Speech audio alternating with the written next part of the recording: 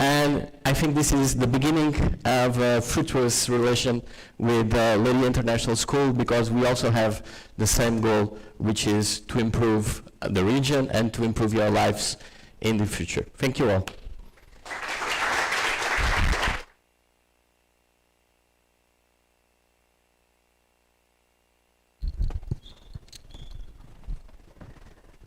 So good morning, everybody. It was interesting to hear how they're driven by curiosity, because that's one of the things at Leiria International School. One of the words, curiosity. So this morning, it's a pleasure to welcome everybody in Leiria International School's name. It's our very first TEDxLeiria International School Youth event. Today, it's not just another school event. It's a celebration of our learners, their ideas, their curiosity, and their courage to speak about how they see the world and how they imagine the future will be, the future of our world. I am especially proud of all of the formates that are here today, all of them, not only the ones that are speaking.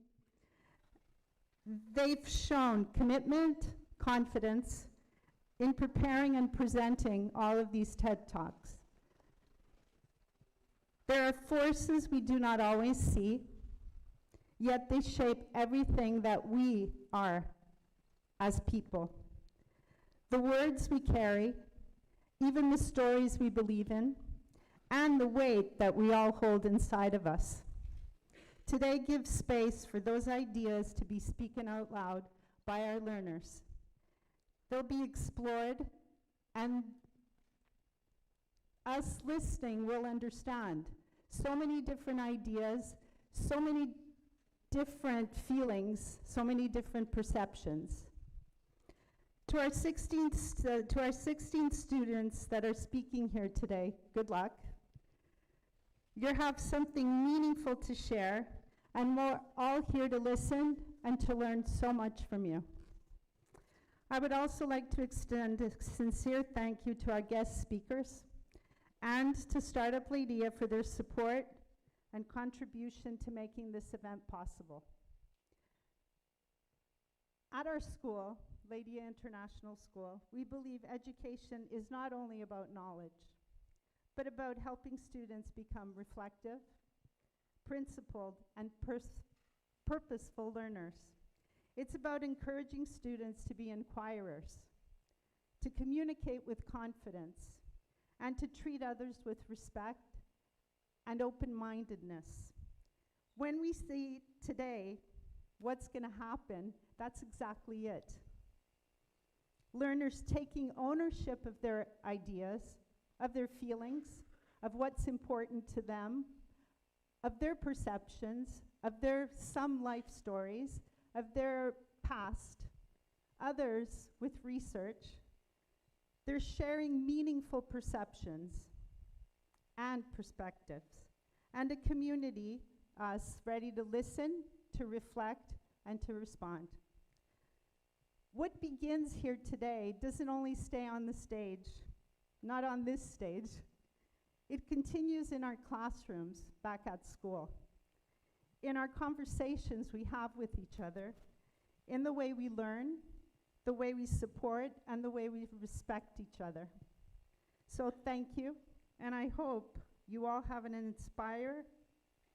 inspiring and memorable TEDxLeiria International School Youth experience. Formate, good luck, and enjoy. Thank you.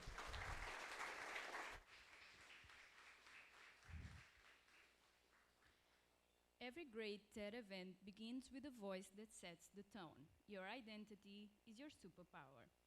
This morning, we begin bold with Alexandra Almeida, executive, investor, and business strategist. She brings over 20 years of experience transforming organizations and anticipating global trends. A guest professor at leading business schools, she is passionate about teaching, believing that through teaching, she learns the most. Please welcome Alexandra.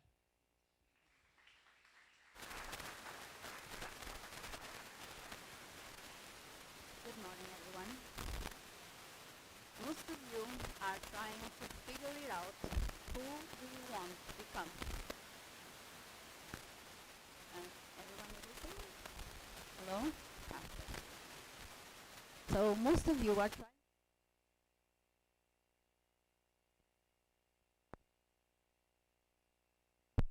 This happens all the time.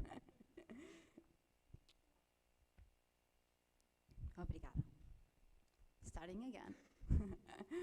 So most of you, I believe, trying to figure it out, who should you become today and in the future? What if the real advantage is already there? It's already inside of you. So I'm the first, everything. Okay. What if the real advantage is already inside of you? Already, today. Today is very easy when we are lost and we don't know where to go. We start comparing ourselves with the social media, with our colleagues, in our cities, in our sports. It's so easy to compare because when we don't have reference, we try to look for it everywhere. So it's very easy for us, if we don't have to look much, but it's easy to find someone smarter than us, prettier than us, taller than us, thinner than us, richer than us, better student than us, better grades, better everything. When we compare ourselves, we are diminishing ourselves because we always felt less smart, less popular, less followers, less. So comparing ourselves diminish. Maybe we start to think, maybe it's better to be more like someone else. I quit of me and I become somebody else. So easy. I did the same a lot of times in my life. But I'm not giving you a teach school today. I'm sharing a story, a personal story of me. When I began my professional life, I was really young after the school, and I was really passionate about the opportunity I have. Oh, great. I was so excited to go to a company to finally start working and putting my signature on my job. I was really passionate, humble enough to know that I didn't know anything and I have to learn with everyone. But I was very grateful for every opportunity I have, for every travel I made, for every meeting I had with the client, with the supplier, with the business, being among that professional guys. Oh, it was really exciting. And I start to love what I did. When we love what you do, you put your energy and focus. And everything you put your energy and focus start nurturing, start growing, and start being successful. So it's very easy for us to be passionate. When you dedicate yourself, you can see that your path will increase in the companies. You'll be more developed, you'll receive more responsibilities because you have a lot of fun on that. So became a very frightening day for me. One day, after my path, I was nominated CEO at the age of 36 years. Most of you don't know, but still in Portugal it's very difficult to become a CEO, being a woman, and at the age of 36. I was the youngest woman in Portugal to be named for such a position. It's great, huh? I was really nervous.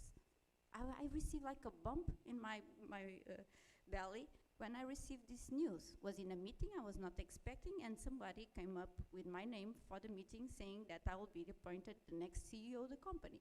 A company of 30 million, I have to take it to the next step. And I thought I was trying to smile, but inside I was feeling, oh my God, I don't know what to do. I have not trained for this position. I don't know how to do it. I think I never have a proper CEO in my life to learn from him. I don't know how to do it. Oh my God, this will be horrible, and I will be doing a lot of mess, for sure. Trying to smile again, but inside I could notice that the feeling I had was insecure. I actually did not believe I was capable to take the company in that level and take it to the next one. I didn't know if I have the skills enough to make it grow and to lead 200 people at that time with me for the next step. So, what we do? I think I have to act like what I believe a CEO should do. Easy, huh? I have seen in the movies, I have seen in the clients, I have seen in the other companies. I know more or less how to react, how to be proper with them. It shouldn't be that easy. So, what happened? I put the mask. So today I'm a CEO, I will act like a CEO. What should I do? I have to be more serious. I have to look more controlled. I have to have that poker face in the negotiations and with the colleagues. When I call him to the meeting and being poker face and being demanding, I have to be less me. Does it work? Not really. Nah, I was not happy. The fun I mentioned before, I lost all the fun. All the people around me say, what is going on with you? I know you for a decade, you're not that. So I actually, I smile less to look tougher, because we want to look tougher, because we are a CEO, we're supposed to do a bit tougher. Act like the book, try to adapt, and avoid to be judged. The judgment word. So, when I was trying to do all of this, I was not being natural. So in fact, I was losing respect and not gaining it, because the people who worked with me for a decade knew that I was not in my natural path. I was pretending, I was using that mask. So it didn't work. Fortunately, I saw it on time and I stopped it. And I say, okay, I will do the best I can, as always, since my 20s. I will do the best, I will have a lot of fun, and everything will be okay. So in that day, I quit trying to prove something that I was not. But the risk was that, not gaining respect, but losing it. Because I was stopped using the only thing that actually took me to that place, being me, with my qualities and my defects. So this is what I want to bring you today. What you think, how do you react, how you get excited, how you get angry, how you think, how you analyze something, how you bring your colleagues with you, how you study, how you analyze every detail in a math problem. This is you. This is what makes you unique. This is what brings you your value. Who you are is actually your advantage. This is your superpower. Believe me. Every one of us, we are a brand. In a crowded world where everyone dressed the same, talks the same, looks the same, wear the same hair, the same glasses, same trousers, same brand, same car, same phone, talks the same, see the same social media, the same subjects, they talk about the same issues. How to stand out, how to be a brand in the market in the future, how to be a brand among your friends, how to be unique in the world. I ran a company who produces sauce. Every sauce has to have a secret inside. Has to be something, a sparkle thing. Otherwise, will not be differentiated in the market, right? So what is your secret sauce? What is really unique about you? What do you do better than the others? What do you do differently? What are you the best in the others? And you know, if you really think about something, you will figure it out. If I have to leave some picks of reflections for you today, I will choose a few. But first is, don't spend more time comparing yourself than understanding yourself. The time that you invest checking up if you are in the same standards of everyone else, try to think what really makes me unique. Who am I? What are my dreams? What are my strengths? In the future, the knowledge won't be an advantage. Obviously, you are studying, obviously, you are gaining soft skills, hard skills, But the knowledge will be a commodity with AI, okay? So what will bring you to be special in the market is the way you collaborate with your colleagues, how empathic you are, and how creative solutions you bring to the table. People don't connect with perfection. They don't want to feel less than you. And please remember this, when you are comparing yourself to the others are comparing themselves with you. And when you want to look perfect, the people don't connect with you because they want to feel real things, authenticity. So always remember that. People don't like perfection. Common mistake is not being different but try to hide it. Try to be one more among the crowd, not to stand out. I want to be the same as the others. This is the really mistake we can make. So your identity, what really makes you different, this is actually your advantage in the world. Please find out your unique spot, your unique qualities, what you do the best than the others, and bring it to the table everywhere you are. Family, friends, school, anywhere, professional life. Creativity is not copying, but making from what is genuinely yours. What is yours, your own. Confidence doesn't, I was confident when I was not trying to copy others. When I was trying copying others, I was feeling insecure because it's not my natural path. It's not genuine in me. So the confidence comes when you understand yourself and you accept it and you embrace it. So if I could leave you with you, what should I be? Instead of what should I be, please ask, what do I already have in me and how can I use it better? Because your different is not a problem. Actually, your difference is your superpower. Thank you so much.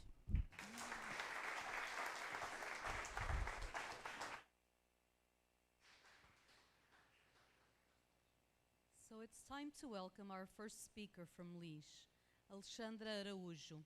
She is 13 years old, and today she invites us to transform the way we think about our bodies. By sharing her perspective, she explores this important topic in her talk, how we are thought to hate our bodies.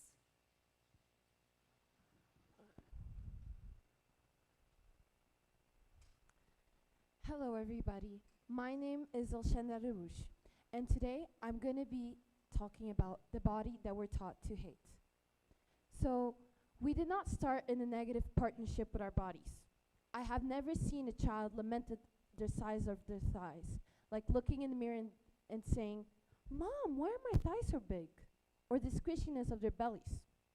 Children do not arrive here ashamed of their age, gender, or disability. We are taught to see our body as flawed, as if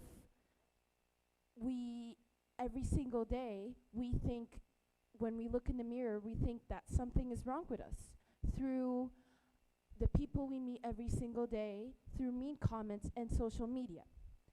So we grow up deeply conditioned to believe that there are certain standards for beauty, as if we don't belong unless we meet them, through movies and advertisements. So in May 2018, John Piper responded in an article to a woman that was struggling with persistent body hatred. He said that there could be a good form of body hatred, because the body is the site of sin. And this perspective helps us understand how certain opinions shape the way we see ourselves. So we starve, we shave, we pluck, we pierce and adorn our bodies to fit into these stereotypes. Now, I have a question for you. Why do you shave? If you're a woman or a man, why do you feel pressured to remove something that's normal? Is it because you actually want to? Or is it because you want to fit into a stereotype? Is it because if you don't shave It's a sign that you lack pride in your appearance or that you just don't take care of yourselves. Did a child that's 2 months old ask to get their ears pierced? No. Why are you pressuring your opinion onto your child that didn't form an opinion yet? Did they say they wanted to? Maybe because they'll grow into it, but they never asked to. So every single day, I see models, diet pills with exaggerated proportions, pale skin, blue eyes, and blonde hair. But your value is not how you look, but your actions, kindness, and character. Focusing only on appearances make us limit how we see ourselves and others. True confidence comes from identity, not validation. Now, I personally have struggled with this.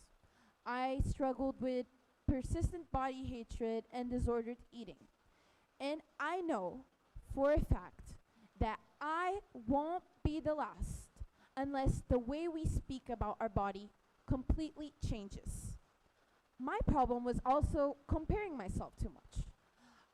The fact that many images online are filtered or edited, and I always thought, why can't I be like them? Comparing yourself creates unrealistic expectations. The mother and daughter relationship is also really important in this, because when a mother speaks bad about herself, she is unintentionally teaching or influencing her daughter to do the same thing. Now, if you don't want your daughter to talk bad about herself, why do you do it to yourself? Early exposure matters, okay? So toys and cartoons already show the ideal bodies. Now, if you see a Barbie, she always has that slim figure, and this can create expectations for little children, which shapes our beliefs and critics.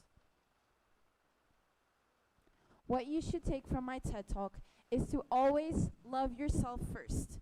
Your value is not based on how you look, but based on your actions, kindness, and character.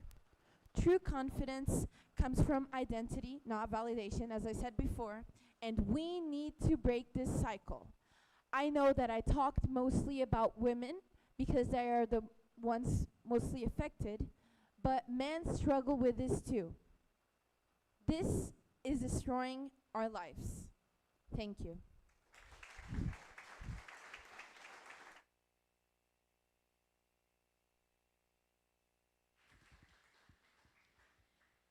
Please welcome our next speaker from Liege, Alexandra Nikolaeva.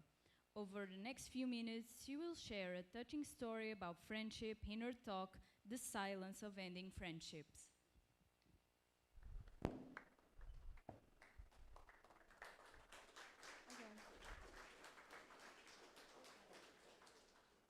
Ending a friendship, it isn't something we talk about much,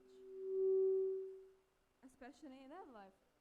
From our childhood, for us taught how to be kind, how to say sorry, and how to make friends. But nobody ever shows us how to live. I had a friend, like good friend, was bestest in the whole world. Like, we were in the same class, in the same school, so our friendship was like a dream. The time passed, and I changed my school. But we continue our friendship. We continued talking, chatting, going to each other's homes, and even gaming. It was perfect. He was my only trust and hope, because sometimes when you change your school, you don't have any friends or people that you know. So I trust him and love him. A few months passed, and I started to noticing that he started to ignoring me. Not really much, not like just ignoring me, like putting me on, but he can skip my messages or just ignore them and then just write what he wanted. He never listened to me. At first, I thought maybe he's busy and don't have time because of the exams or things like whatever. So I thought maybe it's something wrong with me. Maybe I said something bad about him and he didn't want to talk with me anymore. But no, I tried to save our friendship. Really tried. I wrote him every month for a year. I spent my time and my life for this. Every time that he read my messages, he never answered. One day, it was enough for me. I wrote him a big message with everything what I was thinking about him. I didn't care what he will think or even feel. But why did I do that? Why? Because it was a reaction of the small child that didn't know how to control his emotions. So just pretend you're a small child and you have a good friend, you know him for 5 or even 6 years. You love him, you trust him, you respect him, and he leave like that. Horrible, don't you think so? Ignoring, it isn't solving the problem. Ignoring, it's like to close the door. Easy and fast. You even don't think about it. You do it automatically. Ignoring is the easiest way to run away from your responsibility. But why we need to be responsible for what we're saying and what we're doing? We need to be. We not need to be. We should be. Because you don't know how the person will react. Normally and call me like, okay, it's normal for me, he ignored me, okay, I just forget him. Or like me, crazy a little bit and like angry. Or like person that really upset, you can think that he's so bad, I'm so bad, nobody want to be my friend anymore. And I don't know, kill himself because of that. This person, this guy that ignored me, he didn't respect me at all. He didn't respect my feelings, didn't respect my everything what I was thinking about it. Everything. He just didn't respect me. But we need to be respectful for each other. But why? Why we need to be respect somebody? We respect people not because of the age, not because we love them or hate them, not because they're parents, not because they're humans. We respect people because we're humans. Because we have personalities, we have reaction, and this reaction can be different. Reactions depends to your personality. It's like to play Russian roulette. One wrong step and you're dead. So sometimes just say goodbye, it's better than just leave like ignoring. Sometimes just say the reason why you leave this person. It's be better. Just say, I'm sorry, we can't be friends anymore. Or, I'm sorry, I don't have any time. It will be better than just run away and close the door. The person will know why his friend is leaving. And he can become better with a new friend and can avoid it from this situation. So, guys, we need to respect each other because respect is the first way to be good. Thank you.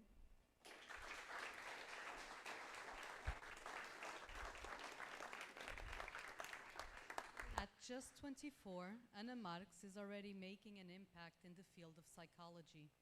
With a background in forensic clinical psychology and hands-on experience supporting children, adolescents, and adults, she joins us today to explore the importance of mental health in today's world and how small conversations can lead to big change.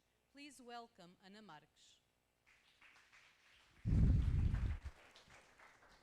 So, good morning, everyone. First of all, I would like to apologize for any mistakes I make. My English is not perfect, so keep that in mind. And I would like to begin with a question. So, how many images of the perfect body do you see every day without noticing? Through advertisement, TikTok, Instagram, we are constantly seeing ideas of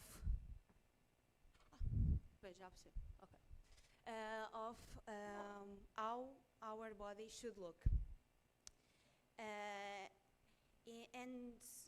But how does that affect the way we see ourselves? Here, I would like to explain a little bit what is body image. So, body image is the combination of thoughts, feelings, and perceptions a person has about their own body. And this this body image is constantly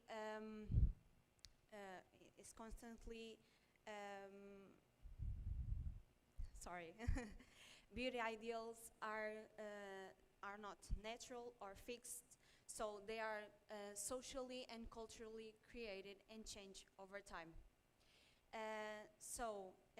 It might look different. What is beautiful to country, to generation, and today's standards often emphasize thinness, muscular bodies, youthful appearance, perfect skin, defined jawline, and these sometimes it's not realistic. It's difficult to maintain or to achieve it. So, in that way, media have a big influence in our body image and our body perception. We are constantly exposed to ideas, images that are carefully selected and carefully edited, and content creators are showing us a little part of their life, and they show us only what they want us to see. And then starts comparison.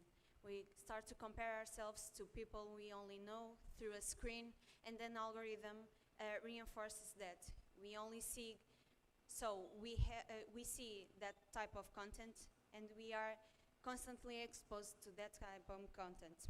And then creators only show a little part of their life, and may show us things that are not realistic, routines that are not real, and then we start to again compare ourselves with the others and with things we only see through a screen. Then many students link heavy social media use with lower body satisfaction, especially around teenagers and young adults. So the problem is that when we start to link personal value with the way we see ourselves or our body image, and then these have major health impacts, mental health impacts, like low self-esteem, anxiety, depression, body dysmorphia, obsessive exercising, and eating disorders. So the good news is that we can change our body image. And how can I do that? So here are some suggestions that you can adapt on your online behavior, like following diverse and realistic creators that show you real body types, real routines, real lives, and then limit comparison on social media.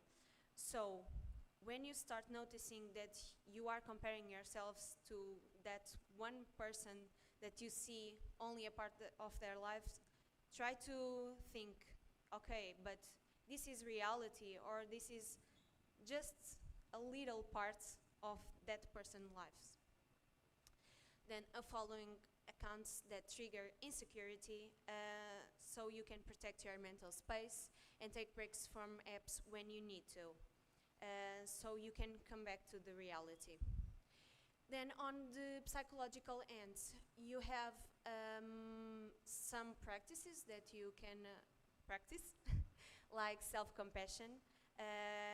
This is basically trying to speak with yourself with kindness, and just like you would to a friend, because sometimes we are less tolerant with ourselves than the others. By focusing on what your body does, and not only how it looks, like thinking, my body is make me experience life, make me learn, make me enjoy myself. Without them, we'd be nothing. Change negative thoughts. So a thought is not a fact, and sometimes that thought may be questioned. And then avoid all or nothing thinking. Like, if I'm not perfect, I have no value. I have I have no value, basically. So it's important to be tolerant with yourself and asking if that makes any sense. And then ask for help when you feel that you need to. Sometimes we can't coping with all by ourselves. And then, this is a little strange, but I would like to finish with some questions to make you reflect about this. So, how much of the way we see ourselves is truly our own opinion? And how often do we compare ourselves to people we only knew through a screen? And what is the problem isn't our bodies, but the expectation that society placed on them. And I would like to keep you with a note that body image is composed,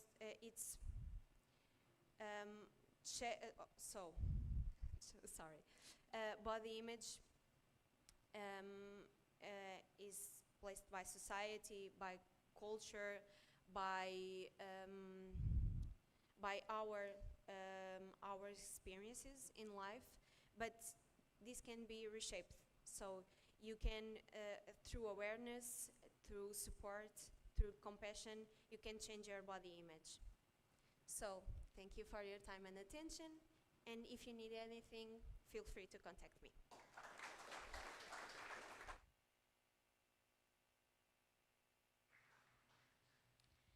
At 14 years old, Carlota Neto is a reflective and thoughtful Lee student who explores complex emotions and personal experiences in her talk, Fear and Regret. Are you curious?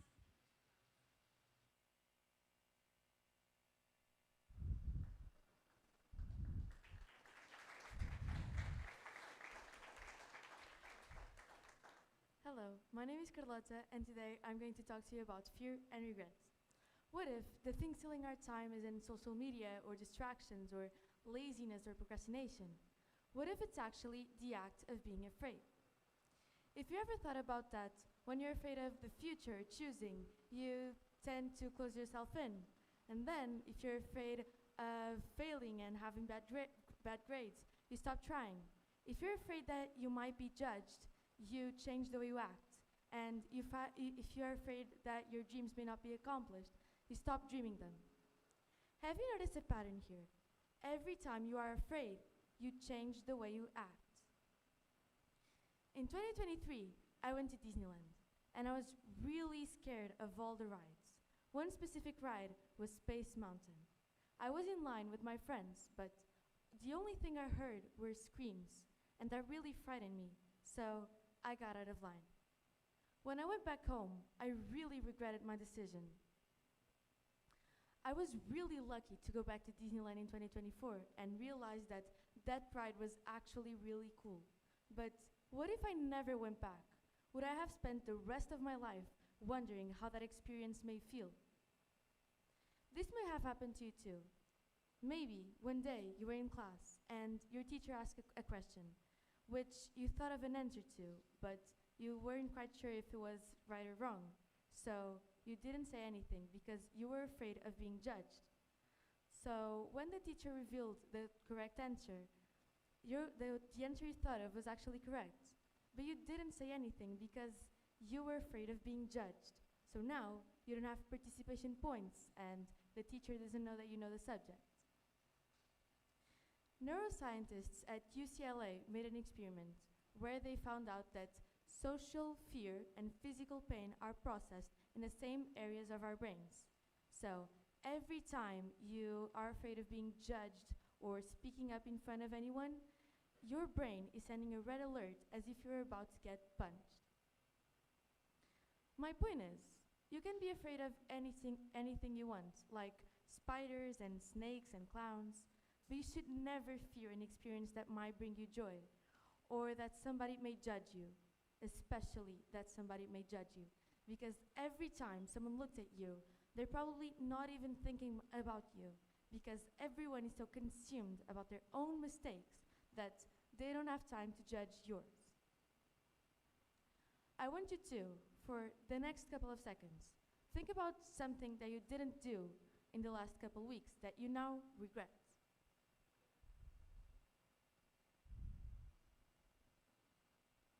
I don't want to bring that feeling of regret back to you, but I want you to know that many people chose not to feel that regret. They chose to risk it. Tim Berners-Lee once had an idea which no one thought was capable of happening, but now we have the web. Malala Yousafzai believed that all girls should be able to go to school and learn, so now we go to school. Nelson Mandela proved that the only way we can change the world is by the risk of speaking up. What if these 3 people didn't risk it? What if they heard others' thoughts about their ideas? Maybe we still wouldn't have a place to connect, to search, and to learn. Maybe millions of girls still wouldn't be able to attend school. Maybe racism in South Africa would be even more deep. But they risked it, and so should you. To conclude my TED Talk, I want you to stay with a phrase. It is better to risk it than to spend the rest of your life wondering how it would be. Thank you for your time.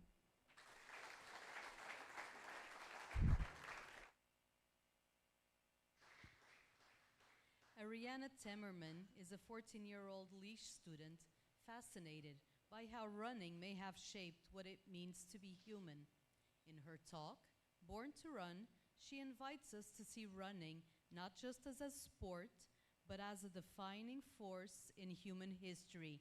Go, go, Ariana. Good morning, everyone. Imagine this. You're on the hot African savanna 2 million years ago. No spears, no bows and arrows, just your bare feet and your breath. A big antelope is sprinting away, but you don't try to catch it in a quick breath. Instead, you start jogging, and you keep on going for hours until it finally collapses from exhaustion. Then you walk up and dinner is served. That, my friend, is called persistence hunting, and it's not just a cool survival trick. It's the reason we humans are who we are today. Running didn't just help us survive. Running made us human. Hi, I'm Ariana, and today I'm going to be showing you how our love for putting one foot in front of the other again and again shaped our bodies, minds, and even our societies. But before we go back 2 million years, I want to tell you why this topic matters to me. Well, I'm a runner. I've been running for as long as I can remember, probably since I could walk. My dad is a runner too, so you could say it's in my genes. Running has always been a big part of my life, and that made me curious. Why do humans run at all? What makes us so good at it? First, let's go back to the basics. Humans are pretty terrible sprinters. A cheetah would smoke us in a 100-meter race. But when it comes to long distance, we're champions. No other animal on Earth can run as far as we can in the heat of the day without overheating. Why? Because of some amazing adaptations that evolved in our ancestors, starting around 2 million years ago in early humans like Homo erectus. First, sweating, lots of it. Although it sounds unusual, it played a crucial role, because while most animals cool down by panting, we've got millions of sweat glands all around our body that allow us to keep on running whilst dumping heat like a built-in air conditioner. Our ancestors lost most of their body hair too. Bare skin plus sweat equals endurance superpowers. Second, legs and feet. We've got long legs, springy Achilles tendons, and arched feet that act like natural shock absorbers. When we run, we store energy in our tendons and bounce it back, just like in a pogo stick. Chimps and gorillas, their bodies are built for climbing trees, not distance running. They get tired fast on the ground. Third, posture and breathing. We run upright on 2 legs, which allows us to breathe easily without our guts bouncing around like in 4-legged animals. We can also see far ahead while running. Great for tracking prey. Now, these features didn't just appear accidentally. Scientists like Harvard professor Daniel Lieberman call this the endurance running hypothesis. They believe persistence hunting was a game changer. Here's how it worked. Early humans would pick the hottest part of the day, when an animal would overheat quickly. A group would chase an animal, not super fast, but steadily. The prey would gallop away, but then stop to pant and cool down. But we'd never stop. We'd jog, walk a bit, track the footprints, and keep on going. After hours, sometimes 5, 10 or more kilometers, it would finally overheat and collapse. Then we'd finish it off with a spear or a rock. It sounds exhausting, I know, but it was smart. One successful hunt could feed a whole group for days. The meat gave us high quality protein and fat, fuel for bigger brains. Our ancestors' brains grew dramatically once we started eating more meat from these hunts. Bigger brains meant better planning, better tools, and better cooperation. But wait, running didn't just feed us, it brought us together. Persistence hunting needed teamwork. Someone tracks the footprints, someone carries the water, and everybody shares the meat. This teamwork helped early humans develop language, culture, and strong social bonds. It quite literally helped us become more human, more cooperative, more clever. And the evidence? Modern hunter-gatherer groups like the San people in the Kalahari Desert still practice persistence hunting today. They've been filmed running down kudu antelope in exactly this way. Recent studies also show that in many environments, this method was efficient and successful, not just a rare trick. Of course, some scientists debate how common it was, but the body features we have make it hard to explain any other way. We evolved for endurance, not short bursts of speed. Now, fast forward to today. Most of us don't chase antelopes anymore. We sit in chairs, stare at screens, and then we wonder why we feel tired or stressed. But our body is still built for that movement. Running, or even brisk walking, releases feel-good chemicals in our brains. It strengthens our heart, bones, and muscles. It clears our mind. Studies show that regular runners have got lower risk of heart disease, diabetes, and even depression. In a world full of comfy sofas and junk food, remembering that we're born to run can help us stay healthy. So, what can you do? You don't need to run a marathon tomorrow. Start off small. Join your school's cross-country team, or jog in the park with your friends, or just run for fun, like our ancestors did. Feel the rhythm of your feet, the wind in your face, and that amazing runner's high. Running connects us to our deepest history. It turned weak, tree-climbing apes into the most successful species on the planet. It gave us meat for bigger brains, teamwork for societies, and endurance for exploring the world. We didn't just learn to run. Running made us human. So, the next time you're lacing up your trainers, remember, you're not just exercising, you're doing what made us who we are. Thank you.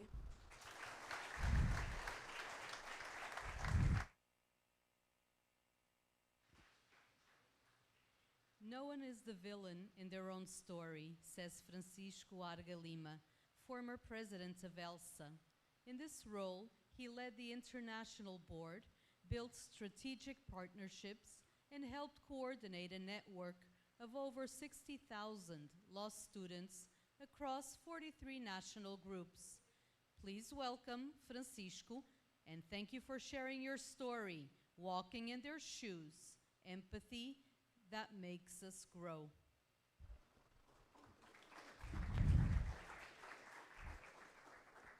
So first of all, testing, is this working? All good, you can hear me?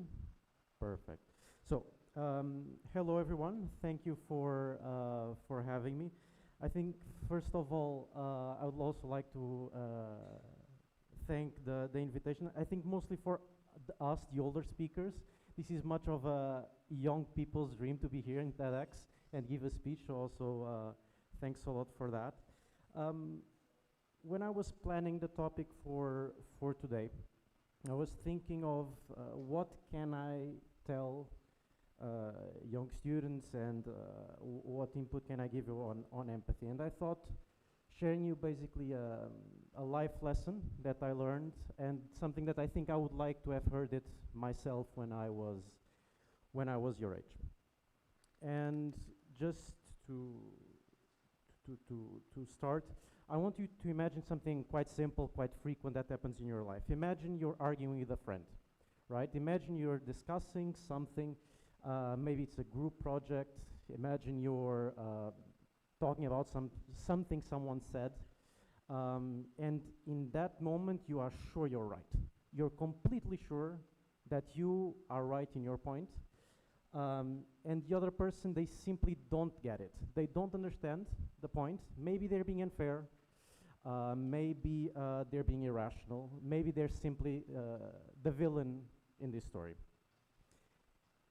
And it's rather a familiar feeling, right? When you're discussing with someone, you do think you're right. And it feels empowering, right? So that your conviction, your perspective is the only valid one. The point is, normally there's more to this, right? And this is one of the points that I learned in life, and I think it's important also to pass on to you. No one is the villain in their own story. It's easy to think that other people, when you're arguing on some project, that they're being stubborn, maybe a bit malicious, but normally that's not the point. Normally people are not the villain in their own story, and people just have different perspectives in life. They have different experiences, different cultures, and normally, in most times, they just have different life experiences that gives them a different perspective. And I wanted to give you a story, a personal story, that taught me about this. So currently I work in a law firm, so I do a bit of the boring work. I sit in an office, I review contracts, all of that. But before that, I represented law students all over Europe, 60,000 people, 43 countries, and this happened more or less during COVID times.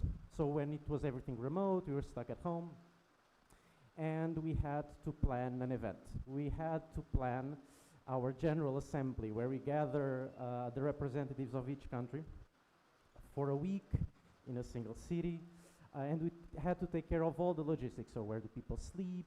What do they eat? Where do we party? All those things. And we were just 8 people. We were only 8 people in a board, and we had to make this decision. And what was the problem with that? We are 8 people, 8 different opinions. So we had a conflict in our hands because we had to decide together, what are we going to do? Are we going to do it in person? After it was still the end of COVID, people were still afraid for sanitary reasons, or do we do it online? Do we go? Do we keep it as it is and keep it online? So yeah. So we had the same problem, completely different reactions. Some people were more social. They wanted to meet their friends. They wanted to feel the connection, to feel the energy. They wanted to feel alive again.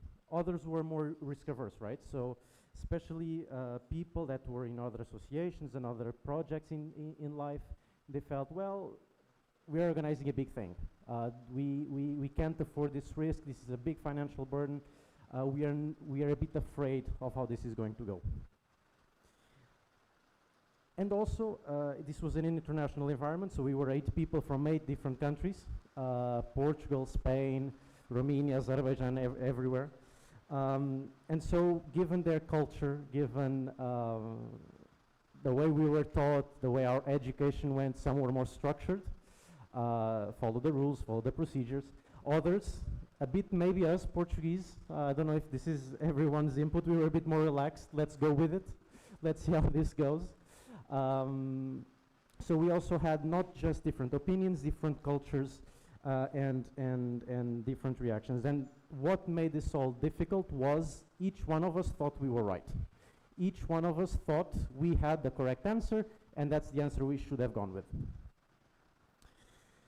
And so we were stuck. We had to decide, what do we do? How do we go forward? We couldn't agree.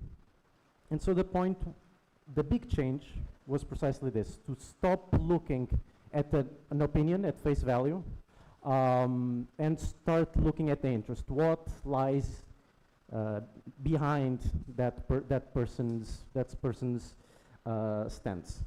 Maybe they're afraid of risk for some financial problem that they had in the past. Maybe they maybe they feel alone because it was COVID and we were all secluded in our places. So this idea of again, walking in someone's shoes, understanding their past, their experience, their interests, does help a lot, moving from judging someone as being irrational or incoherent or just not getting it, to actually understanding and growing together, and sharing experiences with each other. Because again, the point is, most of the time there is not a right answer. There are simply different ways of doing the same thing. And when you start asking these questions to try and understand where do they come from, where do people come from, why do they engage in a certain way, why do they have a certain preference, you stop seeing a problem and you really start seeing the person behind and their life, and you start understanding their motivation, their fears. And at that point, you're not just focusing on being right, on fighting a label. You're trying to reach a common understanding and collaboration.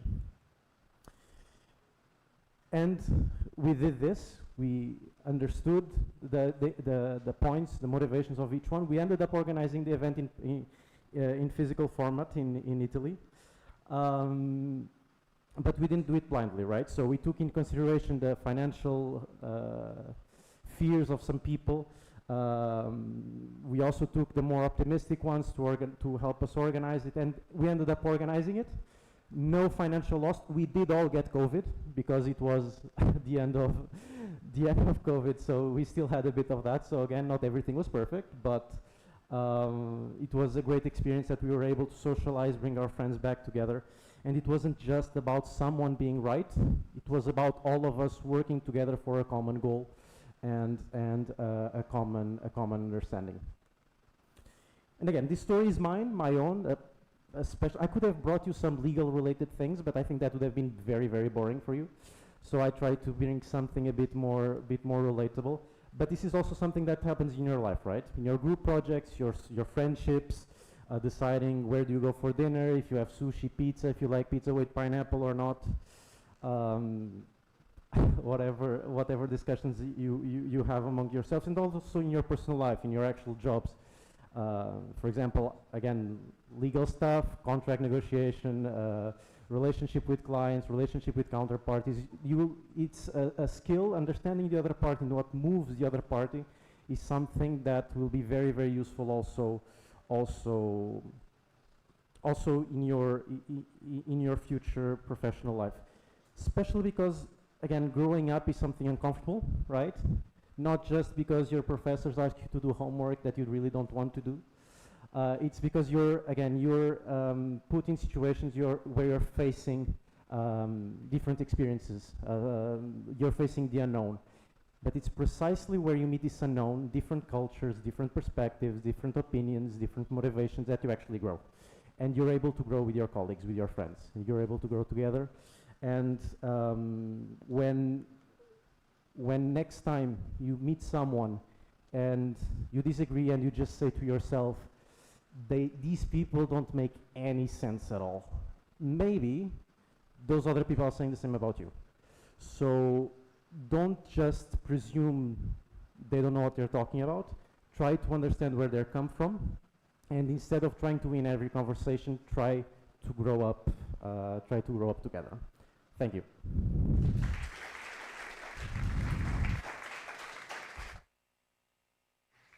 Thank you to everyone. We will now pause for a short break, and We will be back at 11:30. Thank you.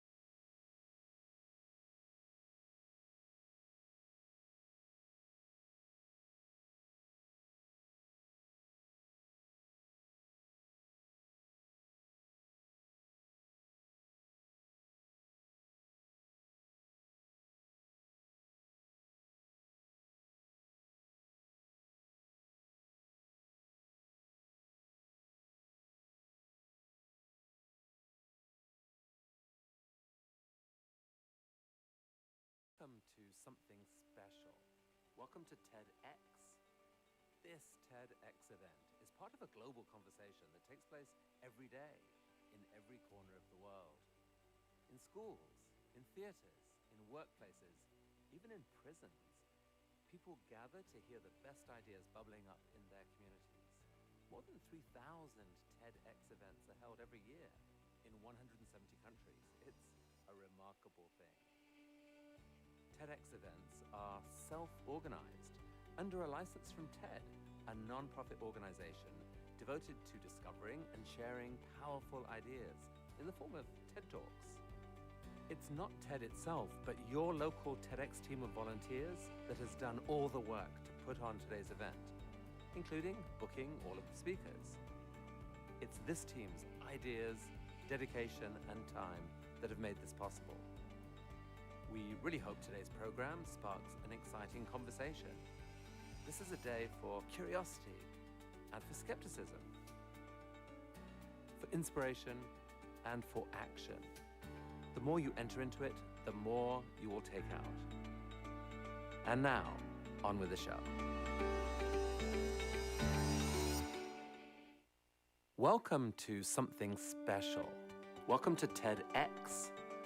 This TEDx event is part of a global conversation that takes place every day in every corner of the world. In schools, in theaters, in workplaces, even in prisons, people gather to hear the best ideas bubbling up in their communities. More than 3,000 TEDx events are held every year in 170 countries. It's a remarkable thing. TEDx events are self-organized under a license from TED, a non-profit organization devoted to discovering and sharing powerful ideas in the form of TED Talks. It's not TED itself, but your local TEDx team of volunteers that has done all the work to put on today's event, including booking all of the speakers. It's this team's ideas, dedication, and time that have made this possible. We really hope today's program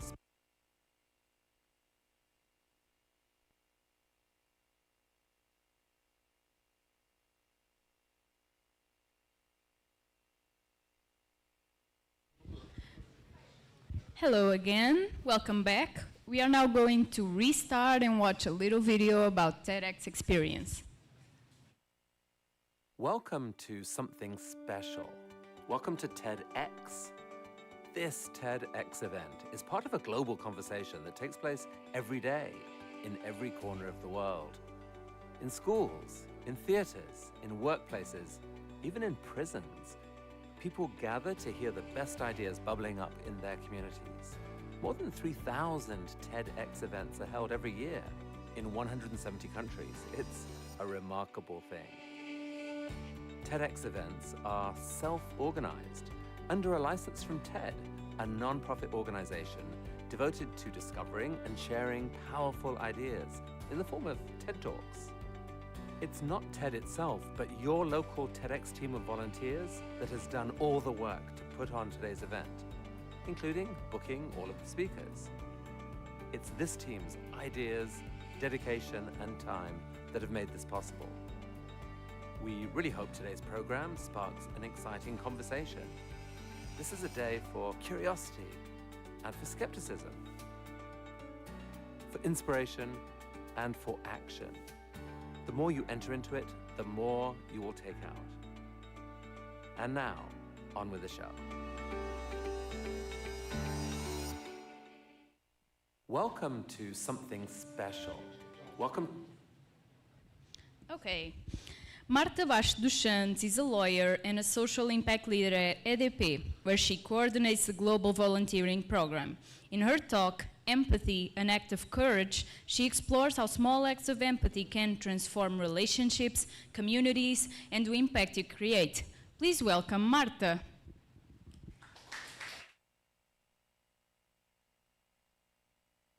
Are you listening? Yeah, now you're listening to me. So how are you feeling today? Good? Yes? Come on.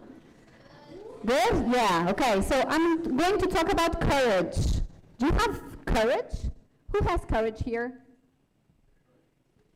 Oh my God. There's courage lacking here. Come on. I hope in the end you'll say, we have courage, okay? So, first of all, many thanks for having me here. It's a pleasure to be speaking about empathy and as an act of courage. So I'm going to start with a question for you guys. When was the last time that you really noticed someone? Does anyone remembers? I'm saying really to notice someone, not to put a like